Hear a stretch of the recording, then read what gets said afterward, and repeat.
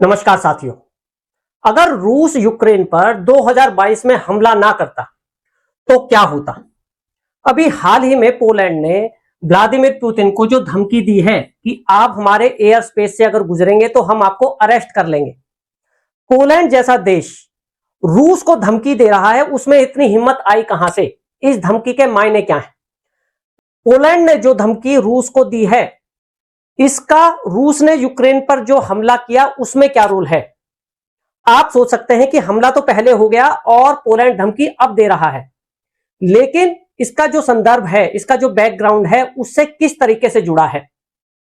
Russia ने Ukraine पर हमला किया, इसके अलावा रूस पर क्या क्या ऑप्शंस थे? अगर वो हमला ना करके उसके पास क्या क्या और ऑप्शन हो सकते थे जो वो यूज कर सकता था। और हम भारतीयों के लिए सबसे बड़ी सीखने वाली बात कि रियल अग्रेसर कौन है इसमें। अमेरिका ने ये किस तरीके से मैनिपुलेट किया, वो जो नैरेटिव है वो कैसे बिल्डअप किया कि रूस की इसमें गलती है, रूस इज द अग्रेसर, यूक्रेन विक्टिम है। तो ये जो नैरेटिव है हम इसकी बात करेंगे, हम सोच की बात करेंगे, साइकोलॉजी की बात करेंगे कि रूस ने यूक्रेन पर हमला क्यों किया और उससे बड़ी बात उसी समय पर क्यों हमला किया। एक चीज और, रूस ने क्या रणनीति अपनाई यूक्रेन पर हमला करते हुए और उससे पहले अमेरिका की, यूरोप की क्या रणनीति थी जिसका प्रत्युत्तर देते हुए रूस ने यूक्रेन पर हमला किया। क्या यह हमला, क्या यह युद्ध जो है वो रूस और यूक्रेन के बीच में है या फिर यूक्रेन केवल एक प्यादा है? युद्ध रूस और अमेरिका के बीच में है। तो ये जो सोच है, ये साइकोलॉजी है, ये रणनीति है रूस की और अमेरिका की। मैं इस वीडियो में ये सारी बातें डिस्क्लोज करने वाला हूं। देखिए, मैं किसी सनसनीखेज खबर की बात नहीं करूंगा, मैं ऐसे किसी एक्साइटमेंट वाली समाचार की बात नहीं करूंगा। मैं केवल समझ की, सोच की, रणनीति की बात करूंगा, साइकोलॉजी की बात करूंगा, जिससे कि आप पॉलिटिक्स को समझ पाएं, जो वर्ल्ड पॉलिटिक्स है उसे आप समझ पाएं। अगर आपको यह वीडियो पसंद आए तो प्लीज लाइक करना। मैं आगे बढ़ता हूं। तो सबसे पहले हम ये बात करते हैं कि पोलैंड जो है, जो एक रशिया के मुकाबले बहुत कमजोर सा देश है, उसने व्लादिमीर पुतिन को धमकी देने की हिम्मत कहां से जुटाई। दरअसल वो नाटो का मेंबर है। नाटो एक ऑर्गेनाइजेशन है, एक मिलिट्री ऑर्गेनाइजेशन है जो यूरोप और अमेरिका और कनाडा को मिलाकर बनाया गया है। तो इसका एक बहुत बड़ा जो प्रिंसिपल है नाटो का, वो ये है कि अगर इसके एक देश पर हमला होता है तो वो हमला बाकी के सारे देशों पर भी माना जाएगा और वो सब मिलकर उस दुश्मन देश पर हमला करेंगे। तो ये जो हिम्मत है वो नाटो की हिम्मत है, यानी कि नाटो का बैकअप पोलैंड के पीछे है, इसलिए पोलैंड इतनी हिम्मत जुटा पाया। अब अगर हम थोड़ा सा नाटो के बारे में जाने तो नाटो का मतलब क्या है? नाटो का मतलब है नॉर्थ एटलांटिक ट्रीटी ऑर्गेनाइजेशन। 1949 में जब वर्ल्ड वॉर खत्म हो गया था तो रूस बोले तो उस समय का सोवियत यूनियन, तो सोवियत यूनियन और अमेरिका में कोल्ड वॉर चालू हो गया था, यानी कि आपस में डायरेक्ट अटैक नहीं था एक दूसरे का, लेकिन रणनीतियां चालू हो गई थी एक दूसरे के विरुद्ध। तो जब रिबिल्डिंग हो रहा था, रिबिल्डिंग का काम चल रहा था यूरोप का, तो जो पश्चिम यूरोप था, जैसे यूके है, फ्रांस है, जर्मनी है, तो इन सबको जब रीबिल्ड किया जा रहा था तो अमेरिका ने इनके साथ मिलिट्री अलायंस भी बनाया जिसको नाम दिया गया NATO, North Atlantic Treaty Organization. जो एटलांटिक ओशियन है ना, ये जो संधि है या ये जिस ऑर्गेनाइजेशन का नाम है, ये एटलांटिक ओशियन के ऊपर है।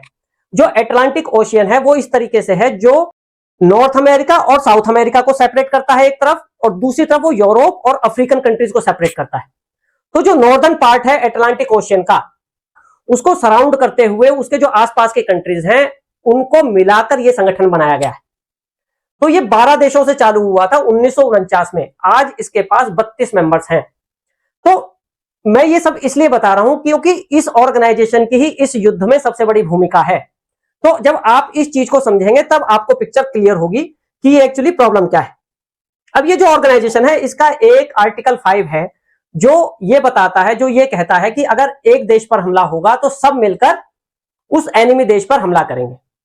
अगर आपको ध्यान होगा जब अमेरिका पर हमला हुआ था, टेररिस्ट अटैक हुआ था 9/11 का, उस समय इस आर्टिकल 5 को इन्वोक किया गया था, इस आर्टिकल 5 को उठाया गया था अमेरिका द्वारा और सबने मिलकर उस समय टेररिस्ट ऑर्गेनाइजेशन पर, अफगानिस्तान पर हमला किया था। तो केवल एक ही बार ऐसा हुआ था।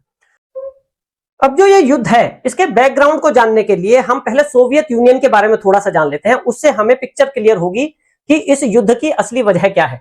देखिए, जो सोवियत यूनियन था वो बहुत पावरफुल कंट्री था और वो कई सारे देशों से मिलकर बना था। 1991 में उसका विघटन हुआ, उसकी इकोनॉमिक पोजीशन बहुत कमजोर हो गई, उसका जो पॉलिटिकल स्ट्रक्चर था उसमें थोड़े चेंजेस आए, यानी कि किसी भी वजह से उसका विघटन हुआ और वो कई सारे देशों में टूट गया। रूस को मिलाकर वो 15 देशों में टूट गया। सोवियत यूनियन जो मुख्य कंट्री है वो रशिया ही है, रूस, ठीक है। तो उसके 15 हिस्से हो गए। जो रूस है या जो सोवियत यूनियन है वो एक यूरेशिया कंट्री था। यूरेशिया मतलब यूरोप में भी और एशिया में भी, उसका कुछ पार्ट यूरोप में है और उसका कुछ पार्ट एशिया में। तो जब उसका विघटन हुआ तो कई सारे देश जो है वो एशिया में टूटे और कई सारे देश उसके यूरोप में टूटे, ठीक है। जो एशिया में टूटे वो ज्यादातर मुसलमान कंट्रीज थे, जैसे कि कजाकिस्तान है, उज्बेकिस्तान है, तुर्कमेनिस्तान है, ताजिकिस्तान है, अजरबैजान है, किर्गिस्तान है। तो इस तरीके के ये जो कंट्रीज हैं ये इससे टूटकर अलग हुए, ये एशिया पार्ट में आते हैं। ये 8 कंट्रीज थे जॉर्जिया को मिलाकर। जॉर्जिया आप ध्यान रखना, जॉर्जिया इसको मिलाकर और इसके अलावा और किसी कंट्री से रूस को कोई बड़ी दिक्कत नहीं है। ये बाकी ये जो मुसलमान कंट्रीज हैं या तो ये रूस के अलाइज हैं या फिर ये न्यूट्रल कंट्रीज हैं। जो ये इसके 6 पार्ट टूटे वो यूरोप की तरफ टूटे। अभी हम और पिक्चर क्लियर देखेंगे जो आपको ज्यादा क्लियर होगी। तो ये मुसलमान कंट्रीज हैं ज्यादातर और ये ज्यादातर क्रिश्चियन कंट्रीज हैं। देखिए, धर्म का एक बहुत बड़ा रोल है वर्ल्ड पॉलिटिक्स में, ये हमें समझना पड़ेगा। अब अगर हम इसका और क्लैरिटी से देखें तो ये देखिए, रूस जो है यूरोप के साइड में जिन देशों में टूटा, Estonia, Latvia, Lithuania, Belarus, Ukraine और मोल्डोवा, ये सारे कंट्रीज यूरोप की तरफ हैं, ठीक है। तो यूरोप का जो ये ईस्ट साइड है और रशिया की बात करें तो रशिया की तरफ से ये वेस्ट साइड है। अब देखो, ये जो ये वाला जो व्हाइट पोर्शन है ये बाल्टिक सागर है। तो ये जो 3 कंट्रीज हैं, एस्टोनिया, लातविया और लिथुआनिया, इनको बाल्टिक कंट्रीज कहा जाता है, बाल्टिक नेशंस, ठीक है। अब हम ये समझते हैं कि ये जो युद्ध है ये चालू कैसे हुआ। देखिए, रूस को जो डर था शुरू से ही वो ये डर था कि जो ये नाटो ऑर्गेनाइजेशन है, अभी तक जो नाटो है वो यहां पर था, यानी कि जो वेस्ट यूरोप है ना, ये वाला हिस्सा नाटो का सदस्य देश थे ये वाले सारे, ठीक है। और रूस को हमेशा से ये डर था कि ये नाटो जो है उसकी घेराबंदी कर सकता है। तो 1997 के अंदर नाटो कह लो, अमेरिका कह लो, उनके बीच में एक संधि हुई, रशिया कोऑपरेशन एग्रीमेंट 1997 के अंदर। 1997 के अंदर नाटो द्वारा या अमेरिका द्वारा यह कहा गया कि जो हमारा नाटो ऑर्गेनाइजेशन है वो जो ये वेस्ट यूरोप में है ये ईस्ट यूरोप की तरफ नहीं जाएगा, यानी कि एक विश्वास दिलाया गया कि हम आपको चारों तरफ से नहीं घेरेंगे, हमारा ऐसा कोई इरादा नहीं है। तो रूस और नाटो के बीच में एक एग्रीमेंट था कि भाई हम इस युद्ध को और आगे नहीं बढ़ाएंगे। ये है 1997 की बात। एक बहुत इंपॉर्टेंट बात यह है कि आप बीच बीच में आर्मेनिया और अजरबैजान के युद्ध के बारे में भी सुनते होंगे, पढ़ते होंगे। तो ये दोनों कंट्रीज भी, आर्मेनिया और अजरबैजान, दोनों रूस से अलग हुए हैं। एक मुस्लिम कंट्री है अजरबैजान और एक क्रिश्चियन कंट्री है आर्मेनिया। तो इन दोनों का, ये जो दोनों हैं ये भी पड़ोसी देश हैं, इनके बीच में भी आपस में लड़ाई होती रहती है। अब हम दोबारा से टॉपिक पर आते हैं। तो 1997 में इन दोनों के बीच में एग्रीमेंट हो गया, ठीक है। नाटो और नाटो कह लें कि या यूरोप और अमेरिका कह लें, और दूसरी तरफ रूस हो गया। तो 1997 में यह एग्रीमेंट हो गया। लेकिन 2 ही साल बाद 1999 में नाटो अपनी बात से मुकरा और पोलैंड, हंगरी और चेक गणराज्य, पोलैंड, हंगरी और ये चेक गणराज्य, इनको नाटो का मेंबर्स बना लिया। यह बात है 1999 की। अब देखो, अगर इस युद्ध की शर्तों की बात करेंगे तो रूस ये कहता है कि 1997 में, 1997 में नाटो की जो पोजीशन थी उस पर नाटो को वापस जाना पड़ेगा, यानी कि 1997 में ये एग्रीमेंट हुआ था। तो रूस इस बात पर अड़ा है कि 1997 में जो एग्रीमेंट हुआ था आपको वो फॉलो करना चाहिए। तो 1999 में जो नाटो कंट्रीज बने उनको भी आप, उनसे भी आप वापस जाइए। 1999 में ये हो गया, यानी कि ये वेस्ट से होते हुए ये ईस्ट की तरफ बढ़ रहे हैं, नाटो कंट्रीज रूस के पास पहुंच रहे हैं, ठीक है। इतने पे बात रुकी नहीं, 2004 के अंदर, ठीक है, जो रूस के पड़ोसी देश हैं, जो उससे अलग हुए थे, जो उसके बाउंड्री कंट्रीज हैं, ये वाली जो हम बात कर रहे थे बाल्टिक नेशंस, ये वाले 3 कंट्रीज, इनको भी नाटो ने अपना मेंबर बना लिया। यानी कि नाटो जो है 2004 के अंदर रूस की सीमा पर पहुंच गया और यहां पर पहुंचकर नाटो ने अपने ट्रूप्स लगा दिए, वहां पर रडार सिस्टम लगा दिया, यानी कि ऑफेंसिव और डिफेंसिव दोनों तरीके के सिस्टम वहां पूरी तरह लगा दिए, यानी कि वो पूरा डिफेंसिव सिस्टम से लैस हो गया, ये वाले जो 3 कंट्रीज हैं। अब एक क्वेश्चन ये उठता है कि उसी टाइम रूस ने नाटो पर, इन 3 देशों पर हमला क्यों नहीं किया जैसा अब यूक्रेन पर किया है। उस समय रूस की जो इकोनॉमिक पोजीशन थी वो कमजोर थी। देखिए 1991 में तो सोवियत यूनियन का विघटन ही हुआ, उस टाइम तो इकोनॉमी कमजोर ही थी, इसलिए वो टूटा, एक जो बड़ा कारण था। 1999 तक 8 साल बोरिस येल्सिन वहां के राष्ट्रपति रहे और वो जो गवर्नमेंट है वो करप्शन में घिरी रही। उन्होंने रूस का उस हिसाब से डेवलपमेंट नहीं किया, यानी कि इकोनॉमी कमजोर रही। दूसरी बात, उस समय जो पेट्रोल की कीमत थी वो बहुत कम थी, वो एकदम से नीचे आ गई थी, तो रूस की इकोनॉमी बहुत कमजोर थी। तो 2004 के अंदर, देखिए 1999-2000 के अराउंड में व्लादिमीर पुतिन वहां के प्रेसिडेंट बने, तो वो रिकवर कर रहा था धीरे धीरे। 2004 के अंदर ये सब कुछ हुआ और उस टाइम रूस इतना स्ट्रांग नहीं था इकोनॉमिकली, तो रूस इस चीज को झेल गया, वो सहन कर गया, क्योंकि वो अगर इस पर हमला करता तो नाटो की संधि के अनुसार सारे देश मिलकर रूस पर हमला करते, और ये क्योंकि बाउंड्री पे हैं और सब कुछ ऑफेंसिव सिस्टम यहां लगा हुआ था, मिसाइल लगे हुए थे, रडार सिस्टम लगे हुए थे, तो रूस पर हमला करने में कुछ भी समय ना लगता। तो सब मिलकर हमला करते तो रूस को बहुत परेशानी हो जाती उस समय, क्योंकि रूस उस समय कमजोर भी था। तो यह है 2004 की बात। लेकिन यहां पर भी नाटो रुका नहीं। 2008 के अंदर नाटो ने सिग्नल दिया कि जॉर्जिया और यूक्रेन भी नाटो का हिस्सा होंगे इन फ्यूचर, यानी कि उनकी बात चालू हो गई 2008 के अंदर नाटो का मेंबर्स बनने की। अब रूस को साफ साफ लग गया कि भाई उस पर बहुत जल्दी हमला होने वाला है नाटो का, वो कमजोर हो जाएगा, क्योंकि अगर उसे चारों तरफ से घेर लिया गया तो उसके पास कोई ऑप्शन नहीं बचेगा। यह है 2008 की बात।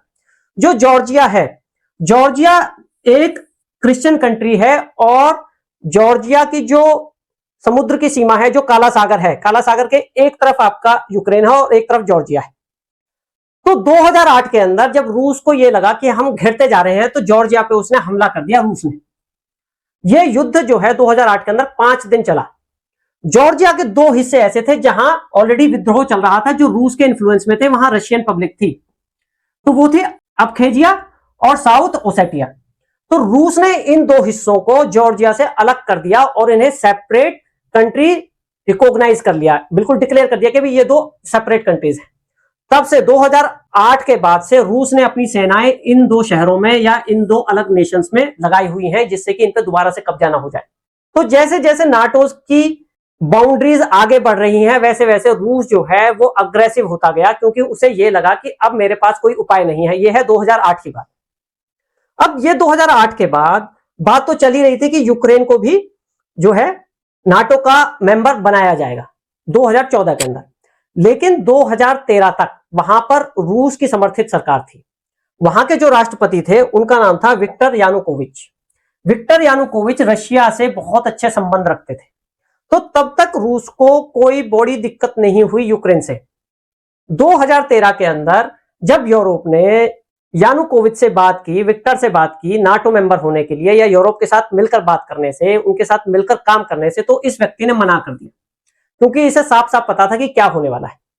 इसके मना करने पर अमेरिका ने वही स्ट्रेटेजी यूज की जो उसने बांग्लादेश में किया, यानी कि वहां की सरकार के विरुद्ध अमेरिका ने वहां विद्रोह करा दिया, और इस विद्रोह को इस तरीके से अंजाम दिया गया जो ये लगे कि वहां की नॉर्मल पब्लिक ने, वहां की जो आम जनता है उसने विद्रोह किया है। उसका असर यह हुआ विक्टर को वहां से भागना पड़ा, जैसे अब शेख हसीना को भागना पड़ा बांग्लादेश से, बिल्कुल सेम सिचुएशन विक्टर के साथ हुई और वो भागकर रूस चला गया। अब अमेरिका के लिए बहुत आसान हो गया वहां पर अपने हिसाब से गवर्नमेंट चलाने के लिए, लेकिन रूस समझ गया कि ये एक्चुअल में हुआ क्या है। रूस ने तुरंत यूक्रेन पर हमला किया और एक बहुत इंपॉर्टेंट शहर है क्रीमिया। क्रीमिया एक ऐसा देश है, या क्रीमिया एक ऐसा शहर है जिसके थ्रू रूस की काले सागर तक, ब्लैक सी है, उस तक डायरेक्ट पहुंच होती है। ये जो क्रीमिया है शहर, इसका अपना एक इतिहास है। ये पहले जब सोवियत यूनियन का यूक्रेन पार्ट हुआ करता था तो ये रूस का पार्ट हुआ करता था क्रीमिया। अब क्योंकि पूरा देश एक ही था, तो एक दिन जो वहां का हेड था सोवियत यूनियन का, उसने यूक्रेन का जो हेड था उसे वो गिफ्ट में दे दिया क्रीमिया को। क्रीमिया बहुत इंपॉर्टेंट शहर है क्योंकि ये सागर से लगता हुआ है, यहां पर रूस का जो नेवी सेना है वो वहां पर बड़ी संख्या में है ना, तो जो काले सागर पर कंट्रोल करने के लिए ये बहुत जरूरी है। तो रूस को ये बात समझ में आ गई और रूस ने तुरंत क्रीमिया पर हमला कर दिया। क्रीमिया में लगभग 60-70% जो पॉपुलेशन है वो रूसी समुदाय की है। तो क्रीमिया पर हमला करके उसने क्रीमिया पर कंट्रोल कर लिया, जिससे कि वो ब्लैक सी पर अपनी पहुंच बनाए रखे। तो ये है 2014 की बात। 2014 के बाद वहां पर जो है अमेरिका के मन मुताबिक की, यूरोप के मन मुताबिक की सरकार आ गई और जेलेंस्की वहां पर आ गए। अब जेलेंस्की और अमेरिका में, यूरोप में लगातार बात चल रही थी कि जेलेंस्की जो है वो यूक्रेन को नाटो का पार्ट बनवाएंगे। जब रूस को यह लगा, व्लादिमीर पुतिन को जब यह लग गया कि अब आज कल 2 महीने, 4 महीने, 6 महीने में ऐसा होने वाला है कि जब ये नाटो का मेंबर हो जाएगा, तो नाटो का मेंबर होने के बाद उसके पास कोई ऑप्शन नहीं बचती, क्योंकि अगर एक बार एग्रीमेंट हो गया, ट्रीटी हो गई, तो फिर रूल वही बनेगा कि एक देश पर हमला, उसका उत्तर सब देश देंगे। तो वो उससे पहले कि वो मेंबर बनता, उससे पहले रूस ने यूक्रेन पर हमला कर दिया 2022 के अंदर, अभी अभी जो भी 2-3 साल पहले ये हमला किया। तो मुख्य कारण यह था कि जिस तरीके से नाटो आगे बढ़ रहा था रूस की तरफ और उसे घेरने की पूरी कोशिश कर रहा था, उसका जवाब देने के लिए, खुद को बचाने के लिए रूस ने यह हमला किया। और स्ट्रेटेजी क्या थी? स्ट्रेटेजी हमेशा यही रही कि नाटो का मेंबर होने के बाद वो कुछ नहीं कर पाएगा, इसलिए नाटो का मेंबर बनने से पहले ही उस देश पर हमला कर दो। चाहे वो जॉर्जिया की बात हो, जब क्रीमिया पर हमला किया तब भी वो मेंबर नहीं बना था यूक्रेन नाटो का, तब उस पर हमला किया था। और अब फिर से वो जब मेंबर बनना चाहा उसने, उससे पहले ही रूस ने यूक्रेन पर हमला कर दिया, क्योंकि एक बार मेंबर बन गया तो रूस के हाथ से सब कुछ निकल जाएगा।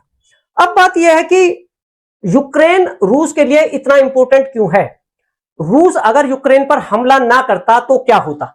देखिए, यूक्रेन जो है वो नाटो को ज्वाइन कर चुका होता, जैसे कि बाल्टिक नेशंस ने नाटो को ज्वाइन किया और ज्वाइन होने के बाद रूस कुछ नहीं कर पाया। इसी तरीके से अगर ये ज्वाइन कर लेता तो अब रूस कुछ नहीं कर सकता था। जो उसकी पश्चिमी सीमा है, अगर एक बार हम उसे फिर से देखें तो ये देखो, एस्टोनिया, लातविया, लिथुआनिया, बेलारूस छोड़ दीजिए, ये तो इसी का पार्ट है, इसी के साथ रहता है ना। पोलैंड ऑलरेडी हो चुका है, ये सारे देश हो चुका है, यूक्रेन, है ना, ये सारे कंट्रीज, यानी कि ये वो पूरी सीमा है, इसको आप छोड़ दीजिए, ये वो पूरी सीमा है, ये नाटो कंट्रीज को हो जाती है, यानी कि ये यहां से पूरी तरह घिर जाता रूस। अब अगर रूस को यूरोप के किसी भी हिस्से में जाना है तो जाएगा तो यहीं से ना। अब 2023 के अंदर फिनलैंड भी इसका मेंबर बन गया है नाटो का, और स्वीडन की बात चल रही है। अब यानी कि राष्ट्रपति पुतिन जो है रूस के, वो यूरोप अगर जाना चाहेंगे तो इन कंट्रीज को ऊपर से ही तो जाएंगे। अब जैसे पोलैंड ने धमकी दी और रूस कुछ नहीं कर पाया, उसी तरीके से अब जो रूस है वो डायरेक्ट जा ही नहीं सकता इन देशों की परमिशन के बिना, यानी कि डिप्लोमेटिकली, इकोनॉमिकली वो अलग थलग पड़ जाता रूस। जो यूक्रेन है उसकी क्या खास बात है? यूक्रेन एक बड़ा देश है और रूस से बिल्कुल सटा हुआ है, वहां से मॉस्को भी बहुत पास है, यानी कि कुछ 100 किलोमीटर पे ही है, यानी कि अगर वहां से मिसाइल छोड़ी जाए तो रूस को इजीली कंट्रोल किया जा सकता है। एक बात तो यह है मिलिट्री रूप से। दूसरी बात यह है, रूस जो है उसकी अर्थव्यवस्था टोटल तेल के, गैस के एक्सपोर्ट पर टिकी हुई है, और वो जो पाइपलाइंस हैं यूरोप को जो जाती हैं वो यूक्रेन से होकर जाती हैं। रूस से पाइप शुरू होते हैं और यूक्रेन से होते हुए यूरोप में जाते हैं। अभी तक यूरोपियन कंट्रीज यूक्रेन पर डिपेंड है, रूस पर डिपेंड है, लेकिन यूक्रेन जैसे ही यूरोप के इन्फ्लुएंस में आ जाता है, उनका मेंबर बन जाता है, तो अब रूस टोटली डिपेंड हो जाएगा नाटो कंट्रीज की मेहरबानी पर। उसका जो एक वर्चस्व रहा है पूरे वर्ल्ड पर, वो बिल्कुल खत्म हो जाएगा। वो डिप्लोमेटिकली, इकोनॉमिकली, मिलिट्रीली, तीनों ही तरीके से बिल्कुल बर्बाद हो जाएगा, खत्म हो जाएगा, डिपेंड हो जाएगा नाटो कंट्रीज के ऊपर। तो वो मेंबर बनता नाटो का, उससे पहले रूस ने यूक्रेन पर हमला कर दिया, यानी कि अब यूक्रेन के पास कोई ऑप्शन नहीं बचा था। अब देखो, अगर वो हमला ना करता तो उसके पास क्या क्या ऑप्शंस होते? वो चुपचाप देखता रहता। अगर वो देखता रहता तो उसकी जो वेस्ट सीमा है वहां पे घिर चुकी होती, यानी कि 3-4 साल में वो वैसे ही कमजोर, बिल्कुल किसी मतलब का ना रहता उसका अस्तित्व। तो उस चीज को ध्यान में रखते हुए उसकी रणनीति ये हुई कि वही उसका मेंबर बनने से पहले इस पर हमला कर दो। तो ये सारी बात थी। कहने का मतलब ये है कि जो मीडिया में दिखाया जा रहा है कि रूस ने यूक्रेन पर हमला किया, एक्चुअली रूस ने यूक्रेन पर हमला नहीं किया, रूस ने नाटो का जो वर्चस्व होने वाला था, रूस पर जो उसका एकाधिकार होने वाला था, उसके विरुद्ध रूस ने हमला किया। अब हम एक बहुत इंपॉर्टेंट बात यह करते हैं कि भारत इससे क्या सीख सकता है या कोई और देश इससे क्या सीख सकता है। जो नैरेटिव बनाया गया, देखिए जो युद्ध है वो मैदान में भी लड़ा जाता है और मीडिया में भी लड़ा जाता है, यानी कि नैरेटिव बनाया जाता है। नैरेटिव उसी का चलता है, बात उसी की मानी जाती है जो खुद स्टोरी लिखता है। देखिए जो राइटर होगा वो तो अपने आप को एज अ हीरो ही प्रेजेंट करेगा ना, वो अपने आप को विलन तो नहीं दिखाएगा। अब ये जो सारी स्टोरीज हैं ये लिखी जा रही हैं यूरोप और अमेरिका द्वारा, तो वो खुद को हीरो बता रहे हैं और रूस को विलन बता रहे हैं। रूस को एक अग्रेसिव देश के रूप में, एक डिक्टेटर देश के रूप में, कि भाई बड़े देश ने छोटे देश पर हमला कर दिया, एक डिक्टेटरशिप ने डेमोक्रेटिक देश के ऊपर हमला कर दिया, इस तरीके से दिखाया जा रहा है। लेकिन जो वो छोटा देश है, छोटा देश तो पाकिस्तान भी है, बांग्लादेश भी है, पर जिस तरीके से वो भारत को घेरने की कोशिश कर रहे हैं, छोटा देश होने का मतलब ये नहीं है कि वो विक्टिम ही हो। तो दिखाया यह जा रहा है कि एक छोटे देश पर बड़े देश ने हमला कर दिया। ये नहीं दिखाया जा रहा कि उससे पहले नाटो ने उसे टोटली मजबूर कर दिया, नाटो ने उसे चारों तरफ से घेरने की कोशिश की है, बल्कि कुछ हद तक घेर भी लिया है। तो इस बात को कोई मीडिया नहीं दिखा रहा, केवल वन साइडेड स्टोरी दिखाई जा रही है। अब बात यह है कि इस तरीके की स्टोरी क्यों दिखाई जा रही है। देखिए जो इंटरनेशनल मीडिया है या फिर जो सोशल मीडिया है, भाई फेसबुक है, ट्विटर है, यूट्यूब है, ये सारे अमेरिकन कंपनीज हैं। तो अमेरिकन कंपनीज तो अमेरिकी साइड को ही दिखाएंगी, जो उनका सोशल मीडिया तो है ही है। जो इंटरनेशनल मीडिया है उसकी बहुत ज्यादा पहुंच है वर्ल्ड के अंदर। अगर आप हमें भी देखेंगे, हम कौन सी स्टोरीज पढ़ते हैं, कौन से न्यूज़पेपर पढ़ते हैं, वो सारे न्यूज़पेपर यूरोप, अमेरिका, जो डॉक्यूमेंट्रीज आती हैं वो भी इसी तरीके से बनाई जाती हैं जो यूरोप की, अमेरिका के इन्फ्लुएंस में होंगी, क्योंकि वो सारे चैनल्स उन्हीं के हैं। जो रूस का मीडिया है उसे बैन कर दिया गया है, जो उसका जो जिस तरीके से बिजनेस को बैन किया गया है उसी तरीके से रूस के जो चैनल्स हैं, इलेक्ट्रॉनिक चैनल्स हैं, जो उनका मीडिया है उसे यूरोप में, अमेरिका में बंद कर दिया गया है, बैन कर दिया गया है। इसलिए जो रूस का पर्सपेक्टिव है वो हमारे बीच में नहीं आ पाता। तो जो हमें दिखाया जाता है हम उसी पर विश्वास कर लेते हैं। अब देखो नैरेटिव बनाने का क्या तरीका है, बहुत इंप्रेसिव टर्म्स यूज किए जाते हैं, जैसे कि यूक्रेन स्मॉल डेमोक्रेसी है, यूक्रेन इंडिपेंडेंट नेशन था, उस पर यूक्रेन ने हमला कर दिया, और फोटोज में दिखाए जाएंगे, छोटे बच्चे दिखा दिए जाएंगे, शरणार्थी दिखा दिए जाएंगे, वुमन दिखा दी जाएंगे। इस तरीके से सीन क्रिएट किया जाएगा कि उससे लगेगा कि रूस जो है वो बहुत बर्बर कंट्रीज है, उसके अंदर दया नाम की चीज नहीं है, और उसने यूक्रेन को कब्जाने के लिए, अपने फायदे के लिए उस पर हमला कर दिया है। तो इस तरीके से नैरेटिव्स बनाए जाएंगे। जो इंटरनेशनल ऑर्गेनाइजेशंस हैं, जैसे यूनाइटेड नेशन है, इंटरनेशनल क्रिमिनल कोर्ट है, तो यहाँ पे रिजोल्यूशन पास किए जा रहे हैं कि इस मतलब एक एक गलतियां ढूंढ ढूंढ के, गिना के, उस पे नए नए रिजोल्यूशन पास किए जा रहे हैं। अब ऐसा नहीं होगा कि जब युद्ध होगा तो यूक्रेन ने कोई गलती नहीं की होगी, यूक्रेन ने ह्यूमन राइट्स का वायलेशन नहीं किया होगा, पर वो दिखाया नहीं जा रहा, क्योंकि वो जो सारा मीडिया पे कंट्रोल है, जो सोशल मीडिया पे कंट्रोल है, वो यूएस का है। तो सबसे बड़ी बात यह है कि वो जो नैरेटिव है वो इस तरीके से बनाया जा रहा है कि जिसमें रूस को विलन दिखाया जाए। और रूस की अगर बात करें तो रूस की इकोनॉमी कमजोर है, रूस के पास इतना पैसा नहीं है वो जो नैरेटिव्स बना सके, अपनी बातों को दुनिया के सामने ला सके। वो जो सारी कंपनियां हैं वो अमेरिका की हैं या यूरोप की हैं। तो नैरेटिव्स में, नैरेटिव बिल्डअप में रूस बहुत पीछे है, इसलिए हमें रूस का पर्सपेक्टिव, रूस का पॉइंट ऑफ व्यू जानने को नहीं मिलता। इसीलिए हम सब रूस को एक अग्रेसिव, एक विलन के रूप में देख रहे हैं। तो हम लोगों के लिए एक बहुत सीखने वाली बात यह है कि चाहे हम युद्ध जीते हारे, अगर नैरेटिव दूसरे के हाथ में है, दूसरे देश के हाथ में है, तो वो हमें विलन ही दिखाएगा। चाहे हम युद्ध जीत जाएं, हम आपस में अपने देश में कुछ भी कहें, लेकिन जो वर्ल्ड में जो इमेज बनेगी, परसेप्शन बनेगा, वो यही बनेगा कि भाई फलाना कंट्री अग्रेसिव है, साम्राज्यवादी है। नैरेटिव बिल्डिंग से क्या होता है, जो नैरेटिव है ना, उससे लोगों की सहानुभूति मिलती है, लोगों का जो इमोशनल बैकअप मिलता है, जो कि युद्ध में बहुत जरूरी है। लोग जुड़ते हैं, अपने देश के लोग तो जुड़ते ही हैं, पूरी दुनिया के लोग जुड़ते हैं, जिससे कि सपोर्ट मिलता है। अगर मिलिट्री बैकअप ना भी मिले तो और बहुत बहुत तरीके के सपोर्ट मिलते हैं जो बहुत जरूरी है किसी भी युद्ध में। तो हमें इस चीज को समझना होगा कि किस तरीके से नैरेटिव्स बनाए जाते हैं।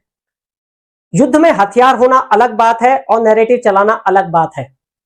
तो ये था हमारा आज का वीडियो, जिसमें हमने साइकोलॉजी की बात की, पॉलिटिक्स की बात की, और जो रणनीति है रूस की या अमेरिका की, उसकी बात की।